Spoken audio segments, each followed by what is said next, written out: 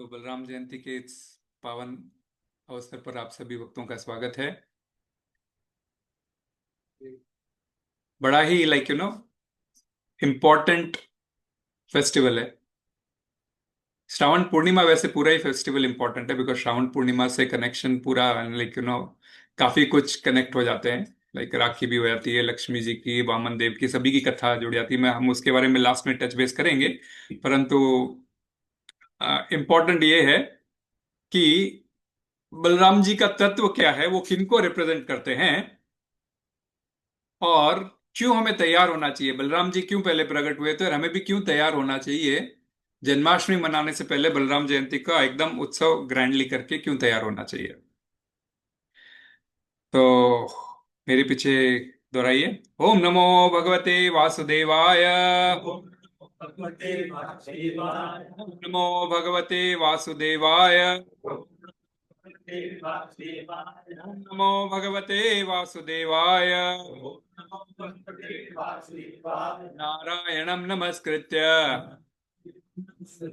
नरं चैव नरोत्तमं देवीं सरस्वतीं व्यासं ततो जयमुदीरये नष्टप्रायेषु भद्रेषु नित्यं भागवत सेवया भगवती उत्तम श्लोके भक्तिर्भवति नैष्ठिकीम् कृष्णाय वासुदेवाय देवकी नंदनाय च नंद गोपकुमाराय गोविंदाय नमो नमः। गोविंदाय नमो नमः।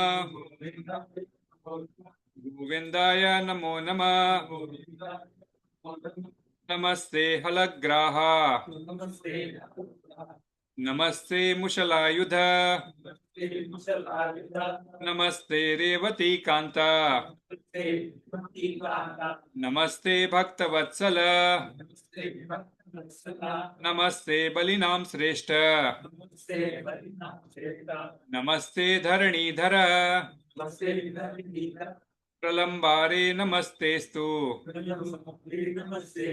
वही माम कृष्ण पूर्वज।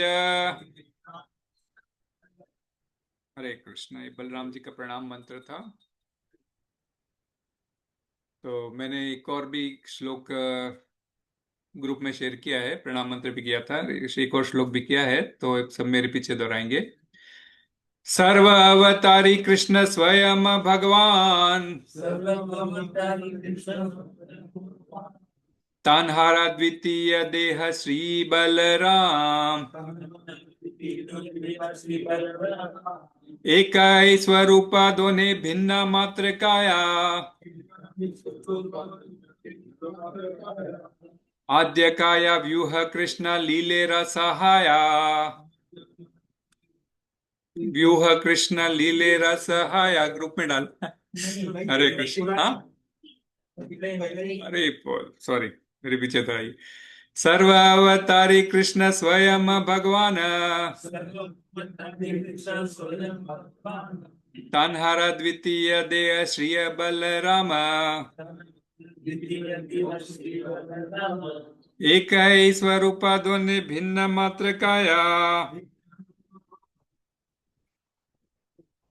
आद्य काया व्यूह कृष्ण लीले रसहाया। हरि बोल। अच्छा, ये क्या है? ठीक है, हरि बोल। ट्रांसलेशन मेरे पीछे दोहराइए। The supreme personality of Godhead Krishna is the fountainhead of all incarnations. Lord Balarama is his second body. These two are one and the same identity. They differ only in form. Lord Balarama is the first bodily expansion of Krishna, and he assists in Lord Krishna's transcendental pastimes. ज्ञान के बराबर से ज्ञान आ जाए।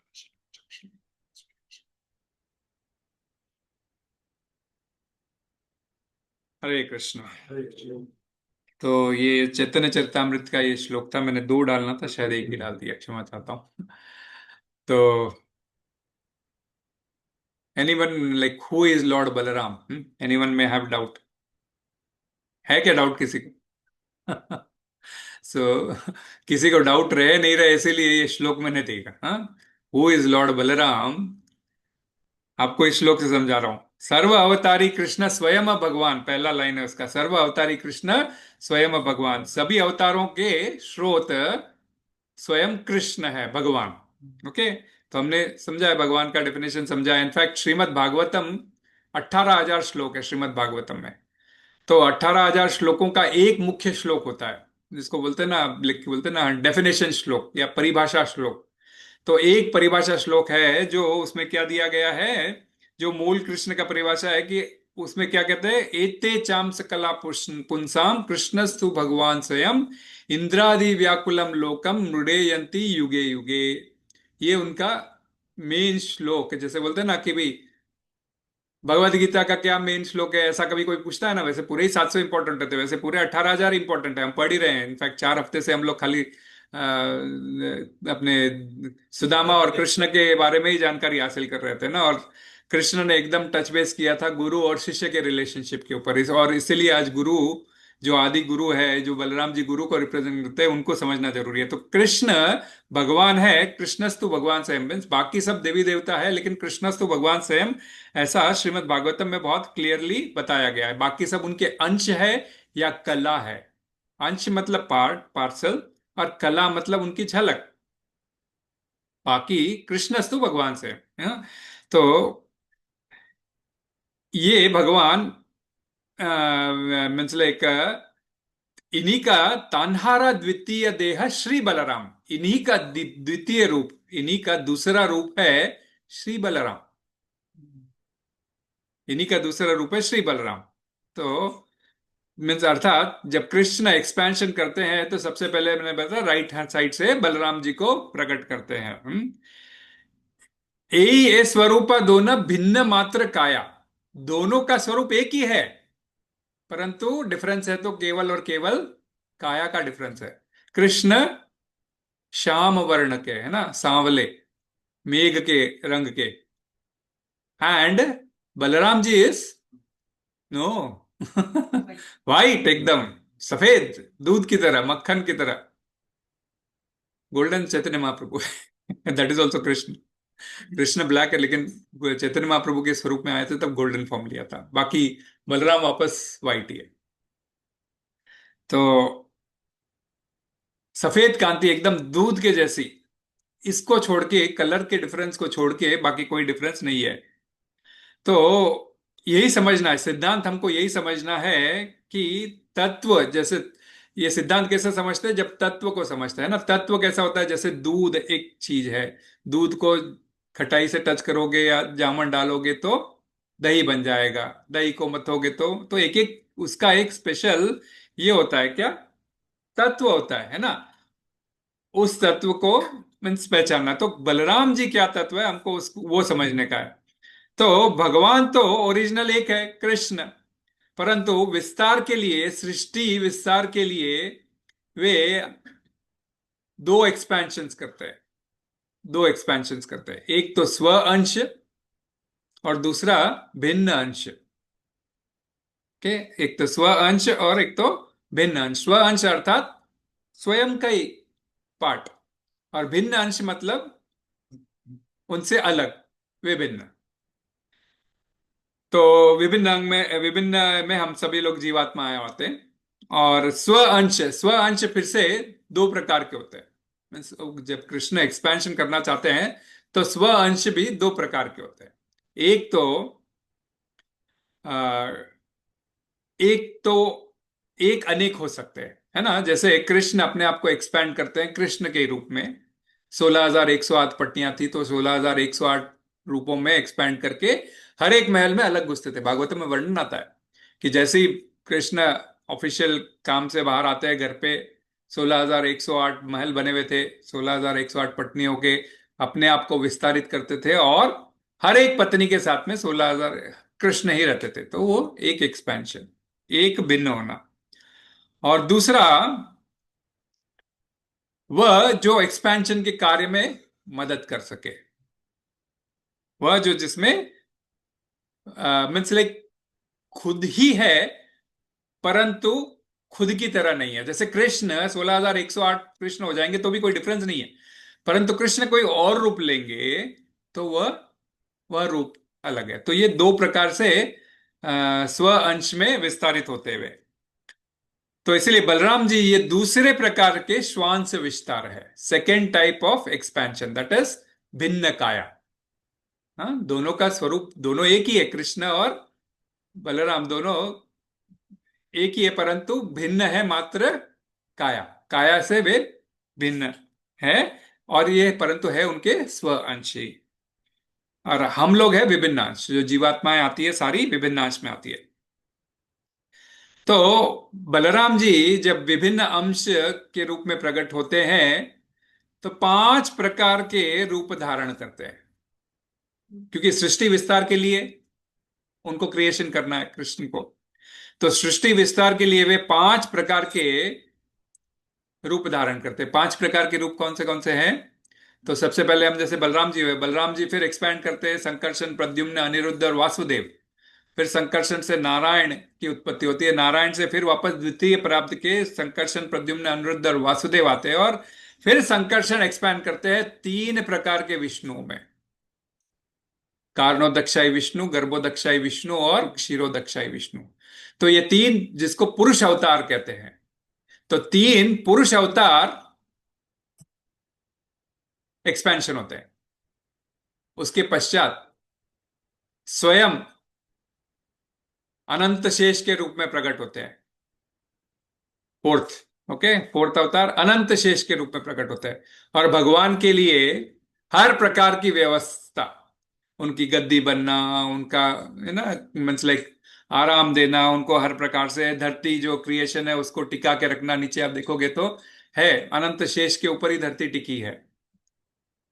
तो वो हो गया चौथा स्वरूप। और पांचवा स्वरूप है वे खुद एक्सपैंड, वे खुद आना और भगवान को उनकी लीला में हेल्प करना। लक्ष्मण के रूप में आए, बलराम स्वयं अपने रूप में आए चैतन्य महाप्रभु के समय में, नित्यानंद महाप्रभु के रूप में आए। तो इस प्रकार किसी भी प्रकार आना और भगवान की सेवा में उनको, लीलाओं में उनकी मदद करना और उनकी देखरेख करना। तो सिद्धांत समझना यह है, जीव का क्या स्वरूप है हमने समझा था, राइट? जीव का क्या स्वरूप होता है, लेकिन हम लोग हाँ, जीवेर स्वरूप हो कृष्ण र नित्य दास, हम कृष्ण के ऑलवेज दास ही है। तो अब दास है तो दास को मतलब दास क्या करेगा ये कौन समझाएगा? है ना, गुरु समझाएगा। सुबह रोज सवेरे उठना है, मंगल आरती में उठना है, 16 माला जप जप करना है, कौन समझाता है? गुरु समझाता है ना, गुरु आपको बताता है। तो गुरु गुरु को ये बल बलराम जी से प्राप्त होता है। गुरु को ये बल बलराम जी से प्राप्त होता है। इसीलिए वे आदि गुरु को रिप्रेजेंट करते हैं। जब बलराम जी को रिप्रेजेंट करना अर्थात आदि गुरु को रिप्रेजेंट करना। तो गुरु तत्व को वे रिप्रेजेंट करते हैं। इसीलिए हम कृष्ण को जब अप्रोच करते हैं तो बिना इस एक्सपेंशन तत्व के हम अप्रोच नहीं कर सकते, बिना गुरु तत्व के हम अप्रोच नहीं कर सकते। इसलिए बलराम जी के थ्रू अप्रोच करना होता है, राधा रानी के थ्रू अप्रोच करना होता है। पानी दे देना ना मेरे को, मैं भूल गया लेना। तो गुरु के माध्यम से जीवों के ऊपर कृष्ण की सेवा में जीवों को किस प्रकार लगाना है ये गुरु समझाता है, और उनको ये बल बलराम जी से प्राप्त होता है। भागवतम में एक श्लोक आता है जिसमें कहा जाता है 6वें स्कंद के 16वें अध्याय में, नमो विज्ञान मात्राए परमानंद मूर्ते, बलराम जी के बारे में बताया गया है। नमो विज्ञान मात्राए परमानंद मूर्ते। विज्ञान का मीनिंग क्या होता है? Science, right? इसलिए what do we call in Krishna? Science of Krishna consciousness, है ना? That's way Shrila Prabhupada used to say it is a science of Krishna consciousness. उधर से पिया ही नहीं था।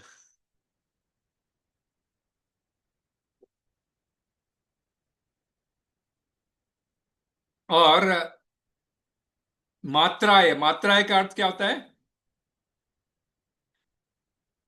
सम काइंड ऑफ मेजरमेंट, राइट? हाँ, सम काइंड ऑफ मेजरमेंट। और एक्चुअली मात्रा एक मीन्स लाइक और हाँ, मात्रा का एक और होता है मतलब सोर्स ऑफ नॉलेज। एक और मतलब होता है सोर्स ऑफ नॉलेज। ओके। तो विज्ञान का अर्थ होता है Krishna, science of Krishna consciousness. और एक उसका नहीं, तद विज्ञानार्थम, ये हम कई बार पद यूज करते हैं। अर्थात तद विज्ञानार्थम मतलब वो विज्ञान जिसके बारे में, सोल के बारे में मालूमात करना है। तद विज्ञानार्थम सोल के ऊपर यूज हुआ जाता है, सोल तक, the soul consciousness, we call it soul consciousness और कृष्णा कॉन्शियसनेस। और मात्राएं का मतलब होता है सोर्स ऑफ नॉलेज। हम्म। और एक और मात्राएं का मतलब भी होता है भगवान के मकर कुंडल, क्योंकि भगवान फिश के टाइप के मकर कुंडल पहनते हैं। तो मात्राएं, हर एक प्रकार के आभूषण को भी मात्राएं कहा जाता है, सम काइंड ऑफ एडिशंस। हर एक आभूषण, तो भगवान जो आभूषण पहनते हैं, भगवान जो कुंडल पहनते हैं, भगवान जो ये पहनते हैं, ये भी जो है सो बलराम जी को रिप्रेजेंट करते हैं। बलराम जी एक्सपैंड होके भगवान की ये शोभा बढ़ाते हैं। परमानंद मूर्ते, सर्व परम आनंद रहने वाले, ऐसे शांत स्वभाव के ये बलराम जी है। ठीक है। तो बलराम जी पांच प्रकार से कृष्ण की सेवा करना है, उनके लिए वो एक्सपैंड करते हैं, राइट? तो पांच प्रकार से कृष्ण की सेवाएं करते हैं, पांच रसों में, पाई रसों में। पांच रस कौन से मुख्य? हम लोगों ने भगवत गीता में पढ़ा भी था। हाँ, सखा, दास्य, हाँ, पांचवा वाला वात्सल्य, वात्सल्य, ओके, माधुर्य, इंपॉर्टेंट। फर्स्ट वाला जो बलराम जी का ही स्वरूप है, शांत। शांत, दास्य, साख्य, वात्सल्य और माधुर्य, पांच प्रकार के रस होते हैं। मुख्य वैसे 12 प्रकार के रस है, वो भी हमने समझा था, बट पांच इंपॉर्टेंट है। ठीक है। ये स्पेशल पेय है वारुणी, जो साल में एक ही बार बनता है। और ये दस्ती भी नहीं है, ये स्पेशल है काफी, जो बलराम जी को बहुत special हाँ हाँ। पर ले जरूर। तो शांत रस में भगवान किस प्रकार सेवा करते हैं, अभी मैंने डिस्कस किया था। शांत रस में किस प्रकार सेवा करते हैं? शांत रस में वे भगवान का बिस्तर बन जाते हैं। रोज रात में भगवान का बिस्तर लगाते हैं ना, कई लोग लगाते हैं, या फिर कई लोग वहीं पे सुला देते हैं, ठीक है, कई लोग बिस्तर में सुलाते हैं। शांत बिस्तर बन देते, करताल है, मृदंग है, ये सब शांत स्वर में ऐसे बैठे रहते हैं। लेकिन जब भी भगवान की सेवा होनी हो तब बज पड़ते हैं, कोई ना कोई बजाना पड़ता है, बज पड़ते हैं, है ना, करताल हो, है ना। अभी अब तो जंजीरा भी आ गया है। तो इस प्रकार तो शांत रस में भगवान की सेवा करते हैं। दास्य भाव में, अब आप बोलोगे दास्य भाव में कब सेवा की भगवान बलराम जी ने, बलराम भगवान की? एक तो लक्ष्मण के रूप में, ठीक है ना, और कृष्ण के रोल में भी, मुझे भी थोड़ी सी देर बस, निमित्त मात्र। हाँ हाँ, निमित्त मात्र। सो दास्य भाव में, जैसे कृष्ण के समय में भी, कृष्ण लीला करते करते जब ये थक जाते हैं, ये गोचारण लीला करने जाते हैं, वत्सचारण लीला करने जाते हैं, तो भगवान जब थक जाते हैं, आराम से सो जाते हैं, निमित्त मात्र इतना, बस नाम। तो जब थक जाते हैं तो फिर बलराम जी उनके पैर दबाते हैं। इस प्रकार उनका दास्य भाव में भी सेवा करते हैं, बड़े होने के बावजूद भी, है ना। हम कभी कभी माँ बाप भी बच्चों के पैर दबा देते हैं ना। साख्य भाव में, साख्य भाव, साख्य भाव क्या है? फ्रेंडशिप। सखा तो है ही वे, सारे सखा मिलकर इस जब ये गोचारण लीला करने आते हैं तो आपस में मिल बैठ के खाते हैं, टिफिन वगैरह एक्सचेंज करते हैं, तो ये सारा सखा भाव है। और वात्सल्य भाव,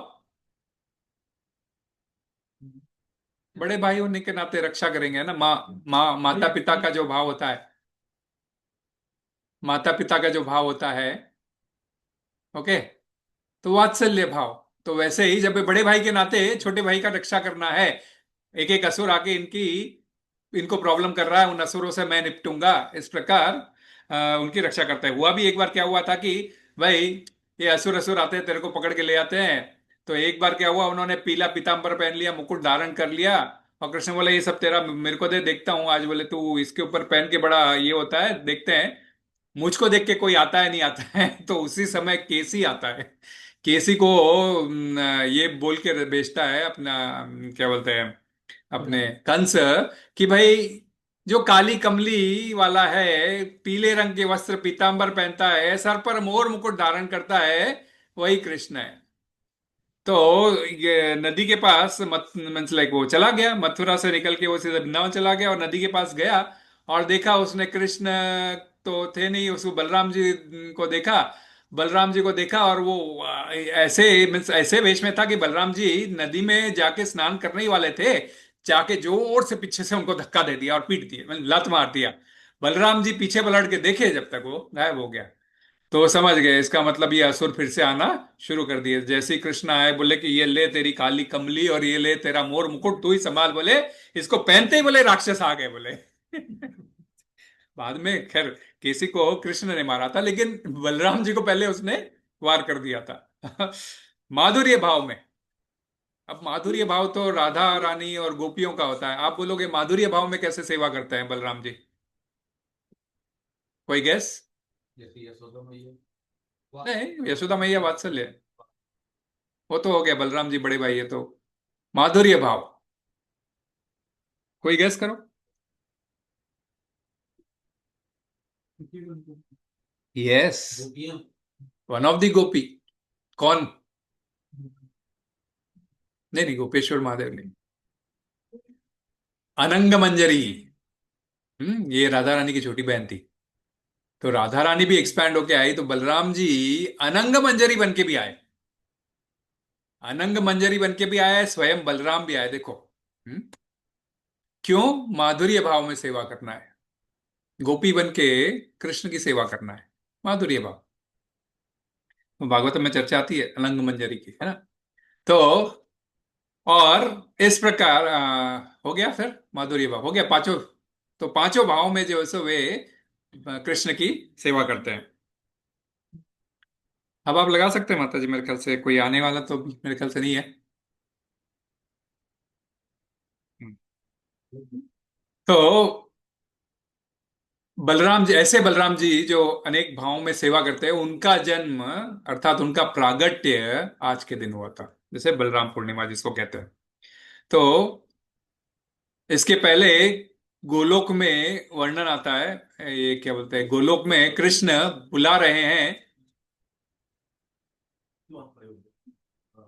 हाँ, तो वही मैंने बोला, माता जी को स्पेशल रिक्वेस्ट किया, मैंने बोला क्योंकि हमारे पास अभी समर है, तो और बहुत सारी गई। हरी बोल। सभी लोग, आपको भी काम आ जाए, हरी बोल हरी बोल हरी बोल। उनके तो एकदम वृंदावन है पूरा, उस उनके एरिया। हाँ, वही कंपाउंड में पूरा वृंदावन है।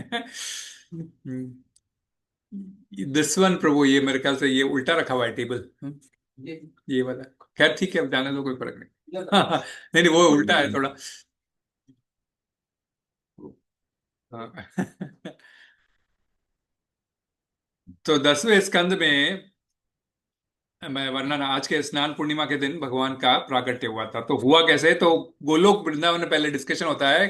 कृष्ण भेजते हैं सुभद्रा को कि भाई तू जा जल्दी से, माम धाम काम, ऐसा 3 शब्द है, माम धाम और काम, अर्थात मुझे प्राकट्य होना है।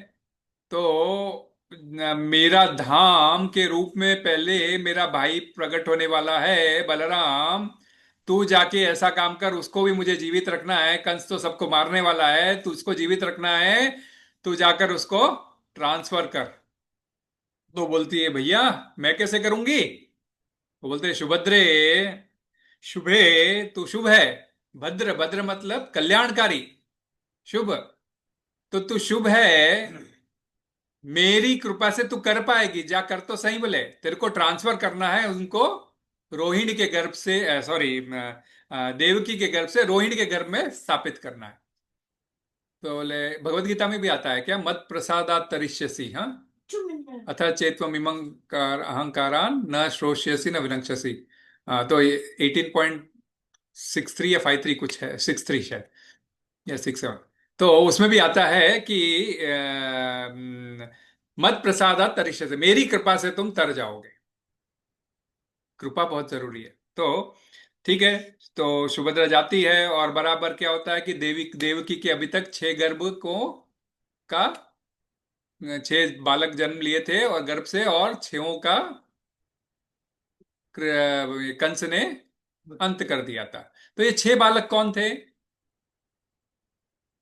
हम्म, किसी को कुछ पता है? रिमेम्बर कोई? हम्म। कोई सांप के कारण।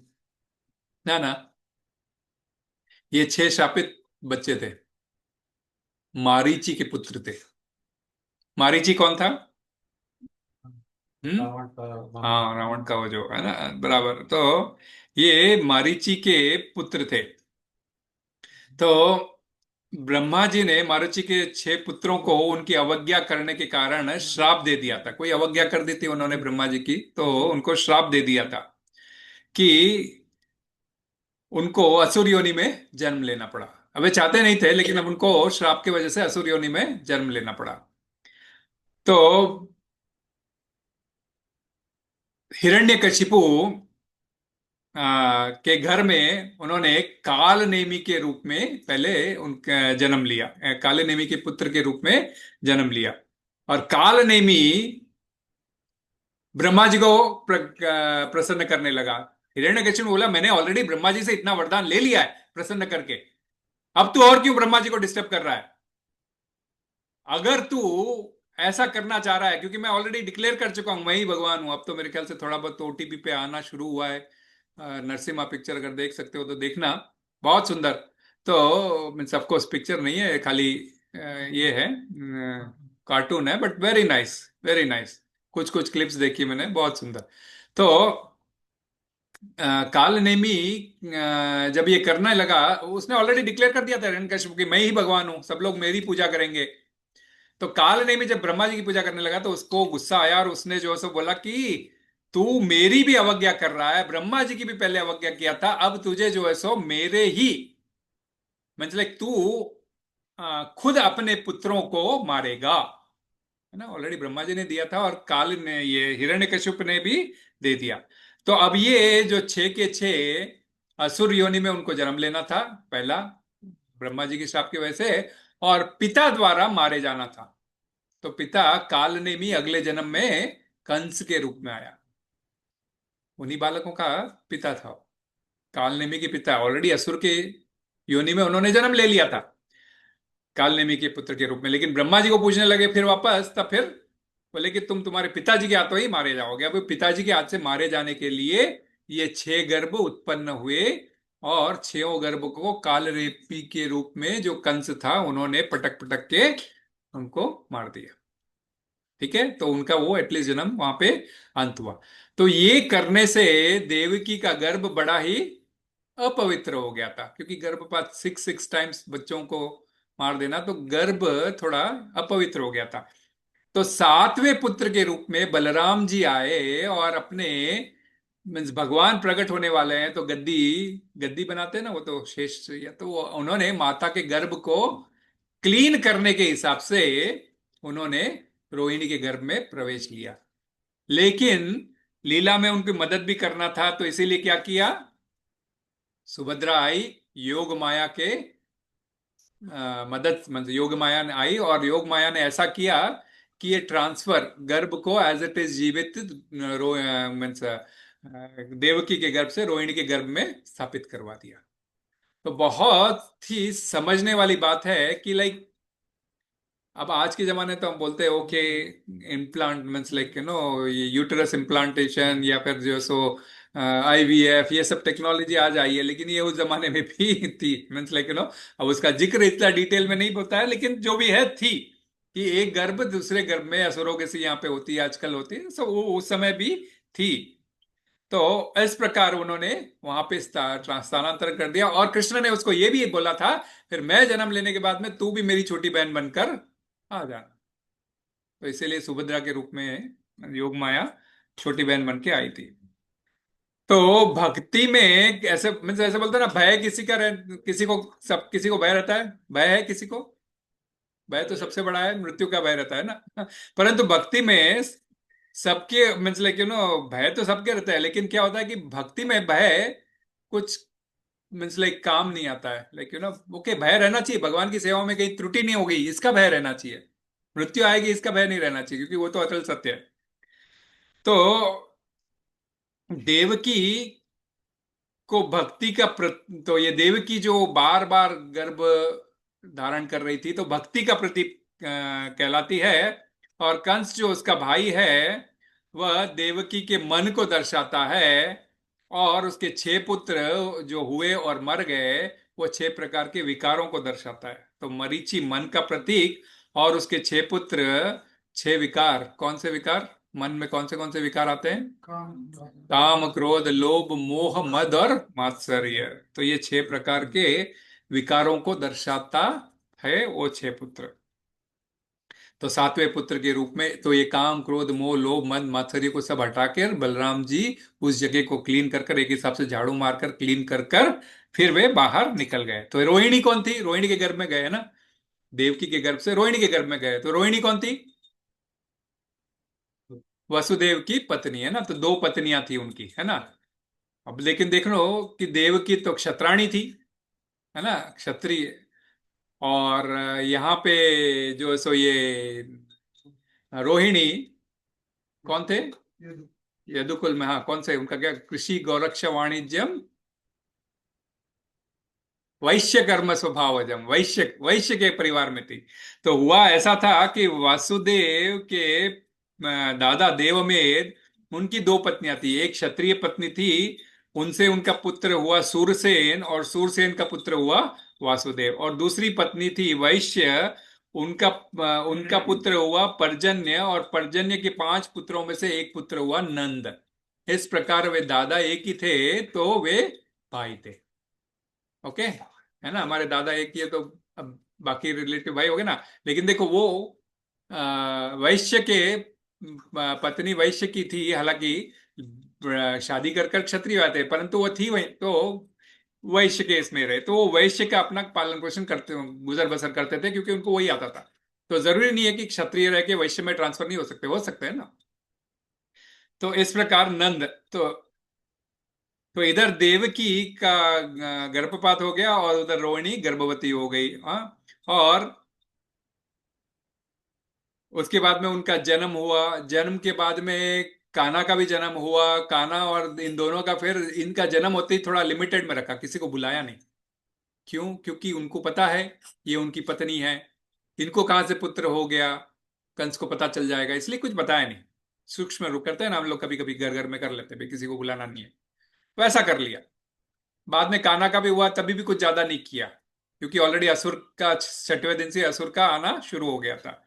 फिर बाद में एक ऑलमोस्ट साल, सवा साल के आसपास, तब जाके उनका नामकरण हुआ, गर्ग मुनि जब आए थे तब। तो जब उन्होंने उनको नाम दिया था राम, बलराम को नाम दिया था पहले Ram, he who gives all pleasures. फिर बोला ये जो ऐसे सबको सर्वदा सुख प्रदान करने वाला रहेगा, और सबसे ज्यादा बलशाली भी रहेगा, इसीलिए इसको मैं नाम देता हूं बलराम। पहले राम दिया क्योंकि ये आनंद देता है, देखते ही सुंदर था, वाइट मक्खन की तरह। और राम बोला, और फिर बोल रहा नाम ही नहीं, बल राम रहेगा ये, क्योंकि ये बल देने वाला रहेगा, हर चीज को बल देने वाला। मतलब हम बोलते हैं ना, बल नहीं है हमारे पास, बलराम जी को प्रार्थना करो। बोलो बलराम भगवान की जय। चूंकि वे देवकीगढ़ से रोहिणीगढ़ में आकर्षित हुए, इसलिए उनको आकर मीन्स लाइक, इसलिए वो संकर्षण का एक्सपेंशन भी कहा जाता है, इसलिए क्योंकि देवकी के गर्भ से रोहिणी के गर्भ में ट्रांसफर हुए, अर्थात मतलब बोलते हैं ना अट्रैक्ट हुए, अट्रैक्ट होते हैं तभी जाके हम स्थित होते हैं। तो इसलिए उनको उस आकर्षण के चलते उनको संकर्षण से आगे लेना पड़ा। अनिरुद्ध, प्रद्युम्न, वासुदेव, वो तीन मैंने कभी अभी बताए नहीं है, बट संकर्षण इसीलिए एक्सपैंड हुए बलराम जी के रूप में। और उनका फॉर्म कैसा था? 16 साल का हरदम, नव यौवनम च, जैसे कृष्ण है वैसे ही 16 साल के, कभी बड़े नहीं हुए, उनको दाढ़ी मूछ कभी नहीं आई, आजकल के सीरियल में दिखा देते हैं। परंतु भगवान के कभी भी ऐसा नव यवनम के रूप में रहते थे। और उनकी दो पत्नियां हुई आगे चलकर, रेवती और वारुणी। कौन? शुभ। रोहिणी, सॉरी, रेवती और वारुणी। वारुणी अभी आपने पी है ना, ये उनकी पत्नी है, एक वन ऑफ दी। तो शैलेंद्र प्रभु ने बोला कि वारुणी मैं बना के लाऊंगा, पिछली बार भी शैलेंद्र प्रभु ही लाए थे। तो एक बार वृंदावन में अ, कृष्ण तो वापस नहीं आते, लेकिन बलराम जी एक बार आते हैं। बलराम जी वृंदावन आते हैं। बलराम जी वृंदावन आते हैं और अपने उनकी भी गोपियां अलग थी, पता है, मतलब कृष्ण की गोपियां थी और बलराम जी की भी गोपियां थी। बलराम जी की गोपियां कौन थी? कोई आइडिया? बलराम जी कौन है? अभी मैंने बोला अनंत शेष, राइट? तो नाग की पत्नियां रहती है कि नहीं, है ना?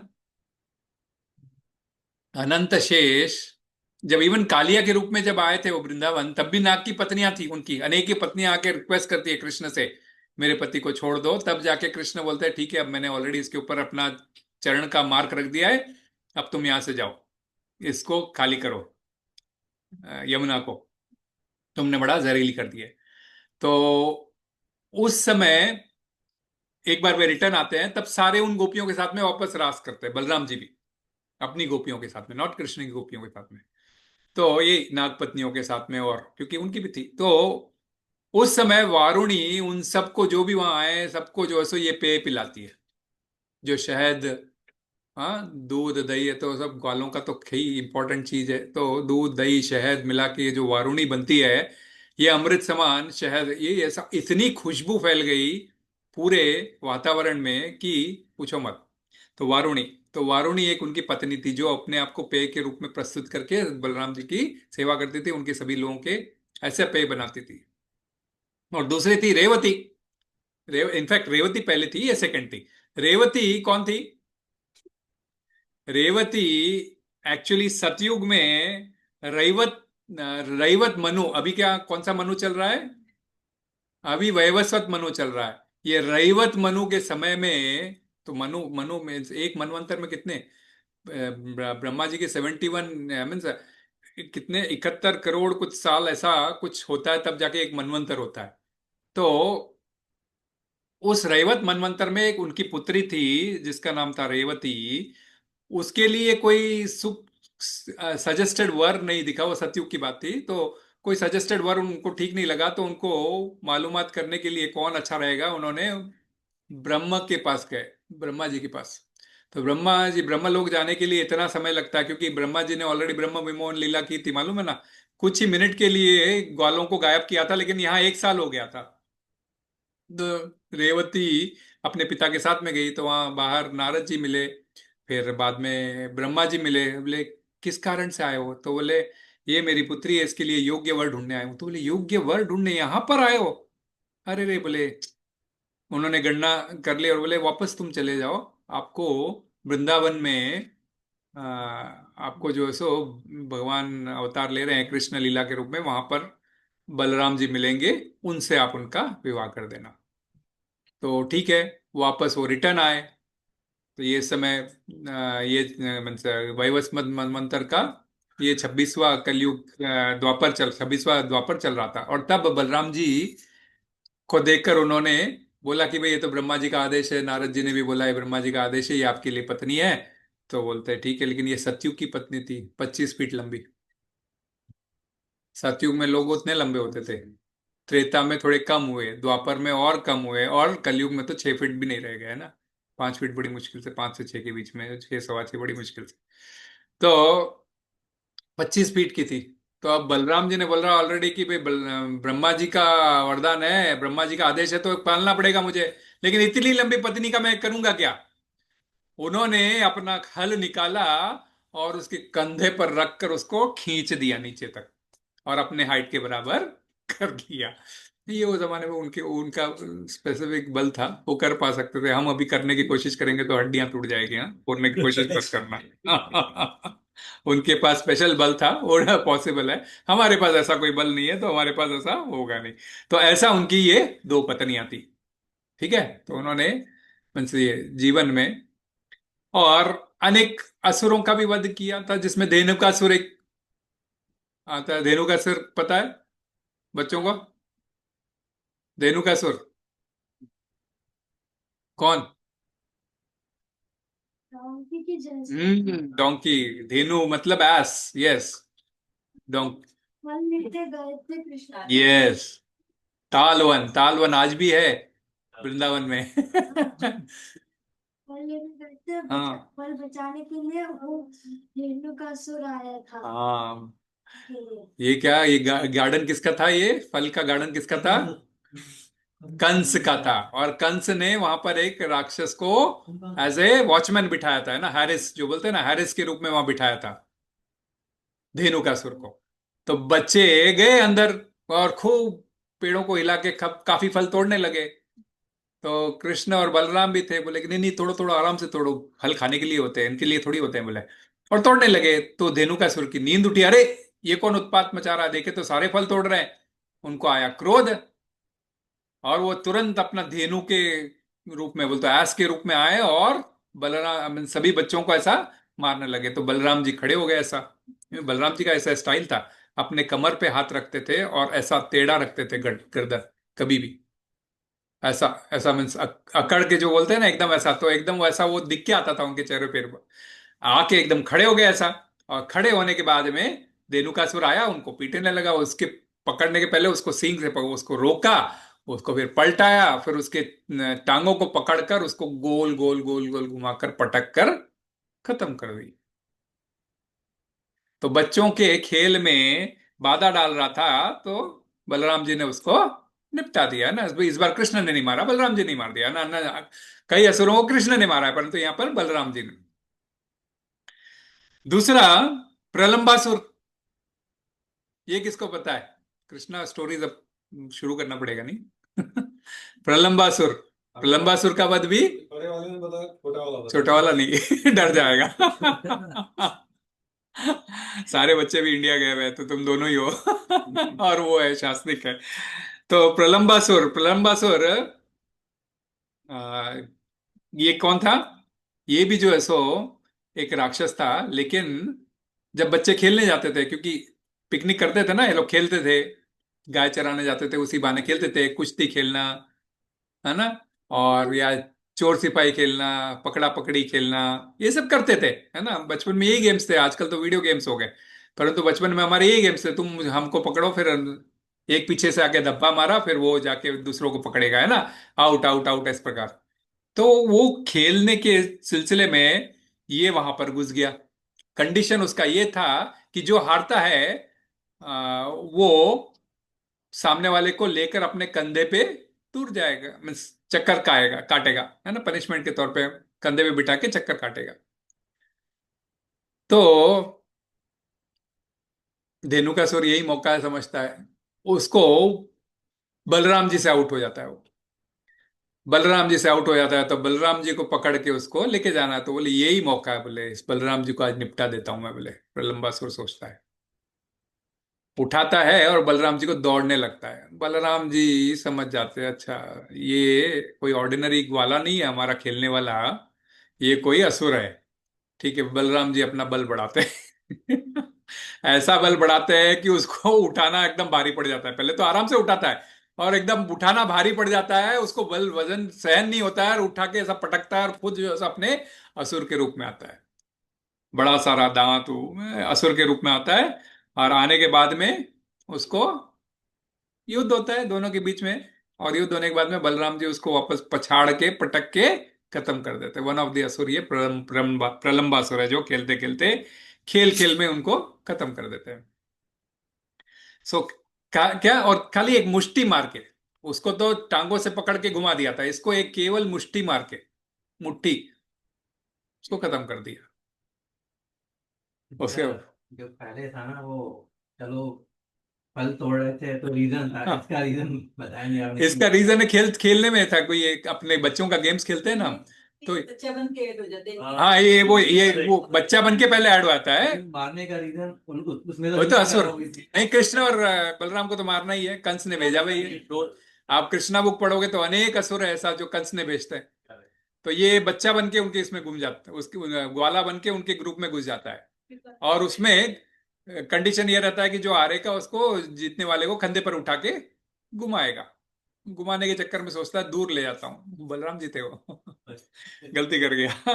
Reason self protection. या फिर यमुना देवी से भी एक बार उनका ये हो जाता है। यमुना देवी से भी उनका एक बार ये हो जाता है।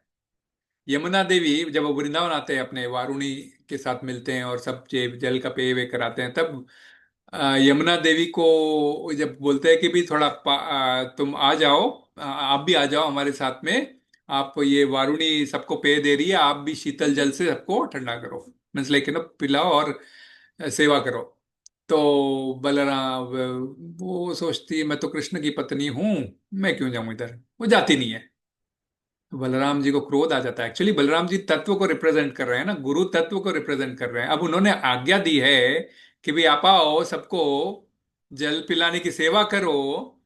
तो अब घर में भाभी है तो भी बोलते हैं ना, भाभी जरा लेके आओ पानी, तो लेके आती है ना भाभी, थोड़ी बोलेगी तो भी ले ले, ऐसा तो बोलने वाले बोलेगी भी, बट इन जनरल कोई ये संस्कारी है तो नहीं बोलेगी, है ना। बेटे के समान होता है देवर, तो लेके भी आते हैं ना। तो यहाँ पे बलराम जी थोड़े गुरु तत्व में है और उन्होंने लाया नहीं, तो फिर बलराम जी ने बोला अच्छा। तो फिर अपना हल निकाला, लंबा किया हल को, और यमुना के तीर को ऐसा पास में करने लग गए कि यमुना देवी बाहर निकल के बोलती है क्षमा करो देवर जी, मैं अभी लाई। बाहर हाथ प्रकट, इसीलिए आपको शायद वो मैंने जो पोस्टर भेजा था उसके अंदर एक लेडी जो हाथ जोड़ रही है, वो और कोई नहीं, यमुना देवी है।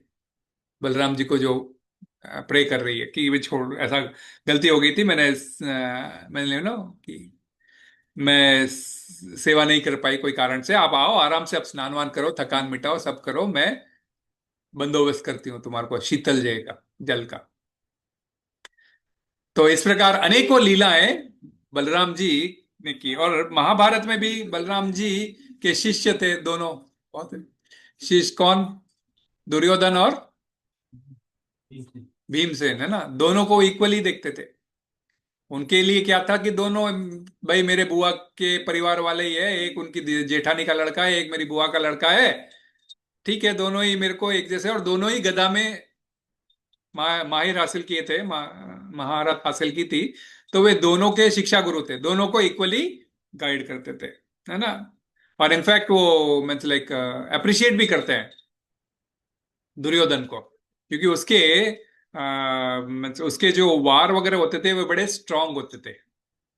भीम के पास सो के ताकत थी, क्योंकि वो जब ऑलरेडी जब जहर पिलाया था तो वो नीचे उसको पानी में फेंक दिया गया था, तब नागलोक चले गया था, नागलोक से ऑलरेडी उसको 10,000 हाथियों का बल मिल के आया था, ये करके आया था। तो वैसे ओके, भीम भी बलशाली था, परंतु ये जो एकदम जो टेक्निक जो बोलते हैं ना, या फिर जो जो जो भाव अपनी शत्रुता पे जो गदा वार करते समय लाना चाहिए, वो थोड़ा दुर्योधन का ज्यादा पसंद आता था। शिक्षा गुरु है तो जो भी शिक्षा देंगे तो उनके हिसाब से वो कोई भेदभाव नहीं करेंगे। इसीलिए जब महाभारत का युद्ध हो रहा था उन्होंने किसी का साइड नहीं लिया। और स्वयं अब साइड नहीं लेना तो कैसे करना, तो बोले मैं तीर्थ यात्रा पे निकल रहा हूं, ऐसा कर कर तीर्थाटन पर निकल गए थे। यहाँ युद्ध चल रहा है लेकिन बलराम जी नहीं थे उस युद्ध में। बाद में जब दुर्योधन का ऐसा मृत्यु हो गया, भीम ने ये करके उसको मारा है ऐसा जब पता चला, तो आए वे, और क्रोध के मारे वे, इनके ऊपर अटक। हाँ, रहने तो मजे दर्शन की। तो उसके ऊपर अटैक किया, और फिर वो तो कृष्ण थे बीच में, उन्होंने सेटिस्फाई किया भाई ये कि इनकी की गलती नहीं है, गलती उन्हीं की है। तो गलती उन्हीं की है। भीम मीन्स लाइक दोनों मीन्स लाइक कृष्ण समझाते हैं और बीच में बोलते हैं भाई गलत मीन्स उसने भी ऐसा वर ले लिया था उसके मदर से कि भाई वज्र के समान शरीर बना लेगा, तो फिर उसका पांडवों का अपना जो प्रण है वो कैसे खत्म होगा? प्रण जो लिया था कि मैं उसकी जंगा तोड़ूंगा, वो कैसे तोड़ेगा?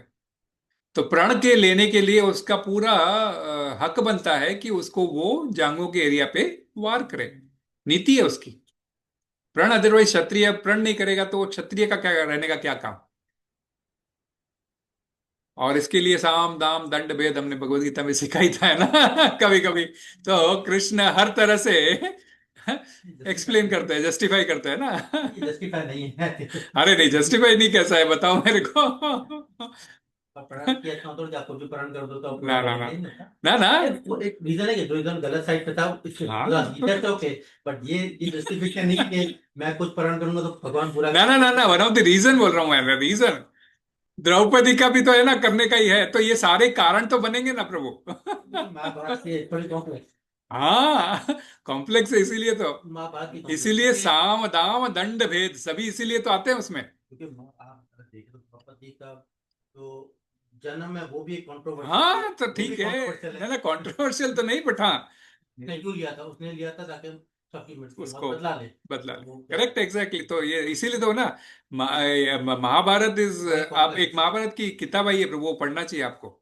एक एक चीज में इतनी अच्छी से उसको समझाई गई है। मैं वरना तो लिंक शेयर करूंगा, अगर वो आती है तो मैं शेयर करूंगा, कि इतना अच्छी तरीके से समझाया गया है उसको कि लेकिन ये साम दाम दंड भेद किस लिए, मीन्स लाइक है तो पूरे एक ही चीज के, बट क्यों कब किस लिए। और थोड़ा तो हमने जिक्र फर्स्ट चैप्टर कर रहे थे तब किया ही था। प्रभु इसे बोलते हैं ना कि तेरा युग जो है वो उस टाइम में सिंपल था लाइफ, और जब द्वापर हुआ तो कॉम्प्लेक्स हुआ, तो इसलिए डिप्लोमेसी आया। नहीं नहीं नहीं, वो हाँ बताइए प्रभु, वो तो है। हाँ, वो तो तो इसलिए तीन तीन वो तो है, वो तो एक परिवार में आया, परिवार से अब के अंदर ही आ गया, वैसे है वो सब ठीक है। नहीं, इनकी जो क्वेरी है जो नहीं नहीं, उनकी क्वेरी है कि भाई वो this reason is not valid, वो ठीक है। मतलब like not not means appropriate here, लेकिन that's okay. Diplomacy already came in Dwapar. Diplomacy was there before also, Prabhu. That's not there. It was there before. Content was more. Sam, Dam, Dand, Bhed was fully used 100% during. आज के date में तो deceit ही होता है। भेद भेद वो कोई मतलब ही नहीं है आज, वो साम दाम दंड भेद की कोई पॉलिसी का मतलब ही नहीं है आज के डेट में। एक और उनका नाम हलदर भी बोलते हैं हम, है ना? नमस्ते हलदर, हाँ, ये शुरू में जो हमने प्रणाम मंत्र बोला था, हाँ, तो हलदर नाम है क्यों? हल चलाते थे वे। और हल किसका प्रतीक है? खेती बाड़ी का प्रतीक है ना? हाँ हाँ हाँ।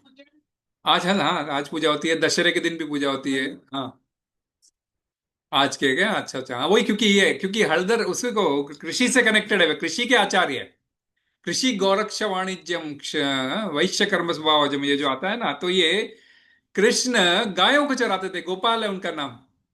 और ये बलराम जी हल चलाते थे, खेती बाड़ी चलाते थे। अर्थात वैदिक शास्त्र आपको ये इंडिकेशन दे रहे हैं, यदि तुम गाय के और इस धरती के नहीं हुए तो तुम किसी काम के नहीं हुए। तो ये खेती और गाय की रक्षा क्यों इतनी जरूरी है, ये भी समझा रहे हैं। तो इसलिए इनको कृषि के आचार्य बोला गया है। तो कृषि, है ना, एग्रीकल्चर के आचार्य बोला गया है। तो मतलब इसीलिए तो आज हलदर के रूप में हमारे, मतलब आज वो, मतलब वो हलदर के रूप में आज क्या होता है कि वो परंपरा में गुरु महाराज को रिप्रेजेंट करते हैं। आज वो गुरु महाराज को रिप्रेजेंट करते हैं। अब जब कोई कोई गुरु से जुड़ता है, गाय और भूमि से जुड़ता है किसी भी प्रकार से, तो ऑटोमेटिकली बलराम जी से जुड़ता है, और बलराम जी ऑटोमेटिकली राधा रानी के थ्रू कृष्ण को आपका रिकमेंडेशन कर ही देते हैं। ठीक है, अब किसी का कोई प्रश्न है तो ये है बलराम जी के बारे में। चैतन्य महाप्रभु की कौन सा मतलब है, भिन्न भिन्न हाँ, भिन्न भिन्न ये सब है इनका। चैतन्य महा नहीं नहीं नहीं नहीं, ये तो चैतन्य महाप्रभु का मैंने आपको ये लेके बोला, मीन्स लाइक सर्व अवतारी कृष्ण स्वयं भगवान। नहीं, जैसे आपने बताया कि जैसे राज बोले भिन्न अंश है या स्वान अंश है, ये 16,008 जो एक्सपायर। हाँ वो भिन्न अंश है या स्वान अंश है। बलराम, ये बलराम जी इज ऑलवेज स्व अंश का सेकंड पार्ट। स्व अंश भी दो पार्ट्स का है ना, एक तो स्वयं के रूप में एक्सपैंड होना, और दूसरा डिफरेंट रूप में एक्सपैंड होना। तो बलराम जी उस रूप में आते हैं। सिमिलरली नित्यानंद महाप्रभु भी उसी में आते हैं, शायद लक्ष्मण जी भी उसी में आते हैं। चैतन्य महाप्रभु कृष्ण है, कृष्ण है वो तो। नहीं, जैसे आपने बताया कि कोयला जो एक्सपेंशन है हाँ डिफरेंट इन सेम फॉर्म, जैसे ना, इसीलिए मैं जब मैं गौर पूर्णिमा के टाइम क्लास ले रहा था तो उस समय यही बोला था कि आप ये मत सोचो कि ये कृष्ण और ये अलग अलग है। He is none other than Krishna only, but in a golden form.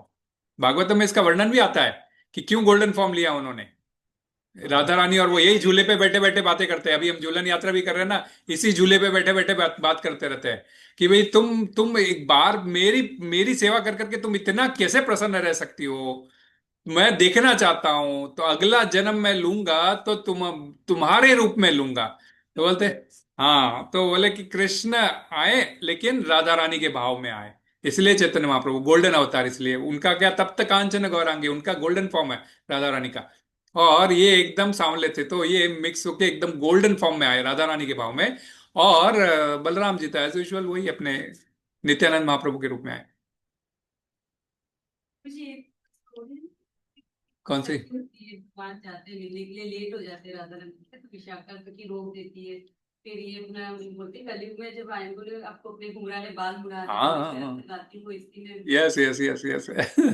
तो इसीलिए तो ना ये अपने क्या बोलते हैं इसमें क्या, ये चैतन्य महाप्रभु की लीला में आती है ना, वही तो। हाँ हम्म, या हाँ, उसी इसी झूले पे बैठे बैठे वही मैं बोल रहा था, झूले पे बैठे बैठे वही दिखाता है कि मैं अगला रूप आऊंगा चैतन्य के रूप में।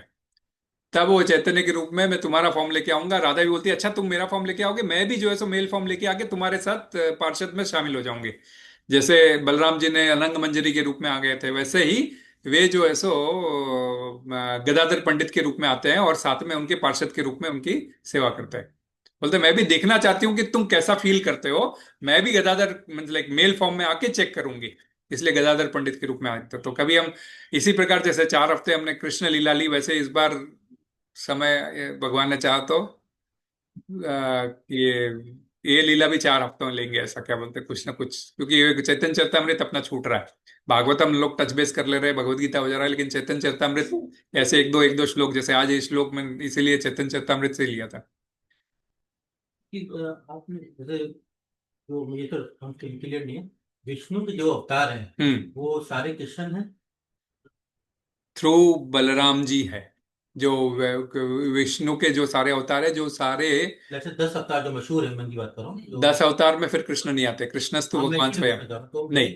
वो अलग है। 28वें नहीं, ये तो है ना, देखो कलयुग कितने 71 कलयुग आते हैं, उस 27वें कलयुग में कृष्ण स्वयं गोलोक वाले रूप में इधर आते हैं, बाकी टाइम विष्णु एक्सपैंड करके कृष्ण के रूप में आते हैं। हाँ, तो बाकी अवतार से यस कृष्ण यस, नहीं है। नहीं कृष्ण नहीं है, मीन्स कृष्ण बलराम के थ्रू है, दैट्स इट। ओके, नहीं बलराम के स्वरूप से बलराम एक्सपैंड करते हैं, दशावतार बलराम का एक्सपेंशन है, बलराम का एक्सपेंशन यस, कृष्ण का नहीं, बट खुद बलराम खुद कृष्ण के एक्सपेंशन है, इस प्रकार ऐसा अल्टीमेटली एक्सपेंशन कृष्ण के एक्सपेंशन है। एक और दूसरी बात लास्ट में आपने कही कि कृष्ण थे वो एक राइट हैंड साइड से यानी कि एक्सपेंशन करते हैं, तो बलराम आता लेफ्ट हैंड साइड से राधा राधा रानी रानी। बनते हैं। और लेकिन जैसे बात आपने खत्म की तो आपने कहा कि किस सॉरी क्या नाम है, बलराम राधा दोनों राधा जी से रिक्वेस्ट करते हैं और फिर वो भक्ति यानी कि या जो भी क्योंकि राधा रानी खाना बना के वही परोसती तो है। वो डायरेक्ट भी करते थे, वो तो दोनों हाँ डायरेक्ट करते ही है, सब 5 भावों में करते हैं, लेकिन ये ऐसा एक्सपेंशन मतलब इधर भी जाए मतलब नहीं, वो फीमेल एक्सपेंशन के तौर पे शक्ति के ना, क्योंकि फिर राधा रानी से लक्ष्मी जी पार्वती और ये सब आती है ना आगे, वो एक्सपेंशन अलग चलता है, राधा अष्टमी पे लेंगे वो। मैं आपने कहा था कि भक्ति आपने मिराज जो राजनीति की तो खत्म कर गुरु तत्व को ही रिप्रेजेंट करते हैं। अब जैसे क्या हो जाएगा कि राधा रानी भी उस दिन गुरु तत्व को ही रिप्रेजेंट करती है, तो ये दोनों गुरु हो गए। लेकिन फ्लो कैसा होता है कि आपके गुरु से आखिरी तक बलराम जी तक जाएगा, बलराम जी राधा रानी को देंगे, बोलेंगे जाओ तुम दे दो। मतलब डायरेक्टली क्यों नहीं दे रहे मैं हाँ हाँ, तो अब वो भक्ति रसामृत सिंधु ऐसे ही बताता है कि भाई राधा राधा सेवा, इसलिए किचन सेवा जो बोलते हैं वो राधा सेवा, इसलिए राधा रानी आज भी इतने प्रकार के व्यंजन बनाती है जो कभी रिपीट नहीं हुए। तो राधा सेवा, क्योंकि वो जो बनाती है, जब राधा रानी अपने हाथ से सर्व करती है तो कृष्ण के वो स्वास्थ्य के लिए बहुत अच्छा रहता है ऐसा। तो इसीलिए मीन्स इस वृंदावन लीला में यही बताया था, इसीलिए राधा रानी खाना बना के खिलाते रहती है कृष्ण को। और वैसे भी अगर बच्चे माँ के थ्रू पिता के पास जाए तो और ज्यादा क्योंकि माँ ज्यादा और कृपालु होती है। और भाई भी कृपालु होता है। और वैसे आज ये भी है, क्या बोलते हैं, चल we'll have to end up, Rakhi Purnima भी है। तो राखी पूर्णिमा के अंदर बलि महाराज का वो पता ही है ना स्टोरी। राखी तो लक्ष्मी जी ने बांधी थी जाके बलि महाराज को, है ना। हम तभी हम जब राखी बांधते हैं तो वो मंत्र बोलते हैं क्या, ये न बद्धो बलि राजा दानवेंद्रो महाबला तेन त्वाम अभिनामी रक्षे माँ चल। करने वाले करते हैं, हाथ डालते एकदम बोलना शुरू कर देते हैं। जैसे कोई इवन मोली बांधते हैं तो वही करते, पंडित वही रिसाइट करता है। प्रभु करते होंगे। हरी बोल। आज प्रभु और माता जी आए, आपका संगत ही हरी बोल। प्रभु बहुत अच्छा लगा। अच्छा लगा। हरे कृष्णा। हरी बोल। प्रभु, इस बालक का एक क्वेश्चन है। हाँ प्रभु। रुचि के हम्म को 2 श्राप लगा था। हम्म। ब्रह्मा जी से जब उनको असुर योनि, जाना था, फिर पता नहीं किससे फिर हिरण्यकशिपु से कि तुम अपने ही पिता द्वारा मारे जाओगे। अपने पिता द्वारा मारना था, तो वासुदेव जी ने क्यों मारा था? वो उनके पिता वसुदेव जी नहीं थे ना, वसुदेव जी के गर्भ से जन्म लिया, लेकिन इनका पिता पूर्व जन्म का काल नेमी था। तो काल नेमी इस जन्म में कंस बन के आया, वैसा उसने बात पूरी की। जन्म में चेंज हो गया। हाँ क्या, वो ब्रह्मा की अवज्ञा किए थे तो ब्रह्मा जी ने बोला जा असुर बन जा। नहीं नहीं, तो पहले तो हिरण्यकशिपु के परिवार में ले लिया जन्म, तो असुर के कुल में ले लिया, लेकिन फिर ब्रह्मा जी को पूज रहे थे तो हिरण्यकशिपु को गुस्सा आ गया। तो वहां से और एक्सटेंड होके उनका यहां तक आया। हरि बोल। श्रील प्रभुपाद की जय। बड़ा